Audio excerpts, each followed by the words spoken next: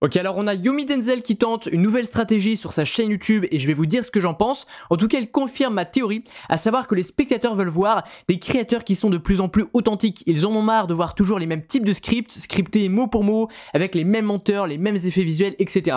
Donc ce qu'a fait Yomi Denzel, c'est qu'il a posté une vidéo avec, sans aucune miniature, sans aucun montage, sans aucun effet visuel, alors que d'habitude c'est plutôt un créateur qui va être très artificiel, donc il fait d'excellentes miniatures, enfin c'est pas lui, c'est ses Minia Makers qui les font.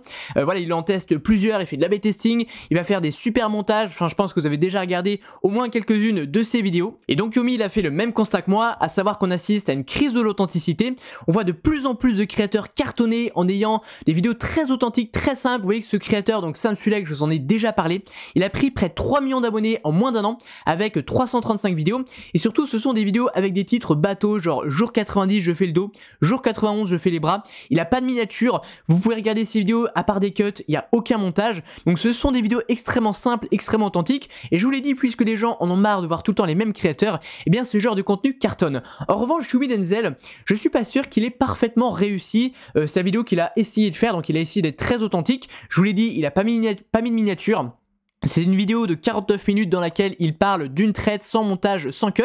Mais le problème qui fait que pour moi ça va pas forcément très bien marcher, d'ailleurs on le voit au départ, il est pas fabuleux, 43 000 vues, c'est pas dégueulasse, mais c'est pas énorme par rapport à une chaîne de sa taille, quand on voit un petit peu les vues qu'il peut faire. Bon après, elle vient de sortir donc elle va continuer de faire des vues, mais il faut savoir également que je pense qu'il y a aussi beaucoup de gens qui ont cliqué parce que c'est la première fois qu'il fait ça. Donc les gens ils ont toujours été habitués à voir que des vidéos avec des super miniatures, et donc là ils ont dû se demander pourquoi il a mis une miniature comme ça. Mais s'il refaisait des vidéos exactement comme celle-ci, je pense que les vues seraient dégressives et que ça ne marcherait pas, et je vais vous dire pourquoi. C'est pas parce que l'authenticité ne marche pas pour lui, il peut le faire. Le problème c'est qu'il a fait la même chose que d'habitude, mais en moins bien. Or l'authenticité, contrairement à ce qu'on pourrait croire, c'est des contenus difficiles à faire qui nécessitent d'être travaillés. Et là vous voyez, quand on lance sa vidéo, il est au même endroit, donc dans son même studio, avec plus ou moins la même façon de s'habiller, le même micro, etc. Et du coup on a juste l'impression qu'il a fait la même chose que d'habitude, simplement qu'il a enlevé le montage, les effets visuels, en bref tout ce qui va dynamiser le contenu.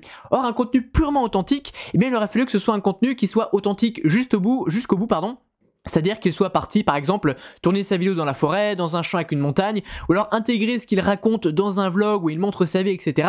Et là ça aurait été purement authentique, et là je trouve que ça fait un petit peu la même chose que d'habitude en moins bien, donc je ne suis pas sûr que sa vidéo cartonne. Et pour vous montrer un petit schéma qui résume ça, en fait la plupart des créateurs, ils vont être entre l'authenticité et entre l'artificialité. Il faut que vous soyez soit très artificiel, alors ce que j'appelle artificiel, en fait, c'est-à-dire que vous allez faire un super montage, des super effets visuels, etc.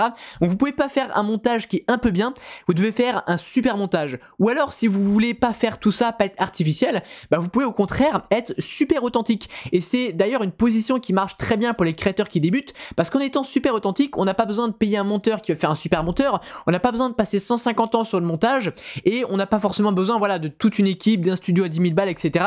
Là où il le faut absolument quand on est artificiel. Et donc finalement, ce que font les créateurs qui débutent, c'est qu'ils vont essayer de créer des contenus artificiels en ayant un budget moins conséquent que ceux qui le font très bien. Si vous essayez de faire du Yomi Denzel sans l'être et sans avoir son budget, sans avoir de quoi vous payer un super studio, un super micro, etc., vous ferez la même chose en moins bien. Et donc miser sur l'authenticité, c'est très bien. Vous voyez que être très authentique ça marche, c'est la croix verte, être très artificiel ça marche, mais si vous êtes au milieu, un mix des deux, c'est probablement une très mauvaise idée. Et donc moi je trouve que ça a été un peu le cas de Yomi. Alors forcément il a 1 million d'abonnés, Yomi ça reste Yomi, donc sa vidéo fait quand même 40 000 vues en un jour, mais je pense qu'il aurait pu faire mieux s'il avait créé un contenu full authentique, et je suis impatient de voir s'il va continuer par la suite. Voilà, c'était ma petite théorie du jour. Je vous invite à présent à rejoindre plus de 6 000 membres sur mon canal Telegram, je vous aide à développer votre audience de zéro. Je vous ai prévu également sur le premier lien en description un cadeau gratuit qui vise à vous partager des méthodes qui sont spécifiquement conçues pour les créateurs qui partent de zéro et qui veulent booster leur audience. C'est gratuit, allez télécharger ça, c'est des méthodes spécifiquement conçues pour les petits créateurs, et moi je vous dis à très bientôt.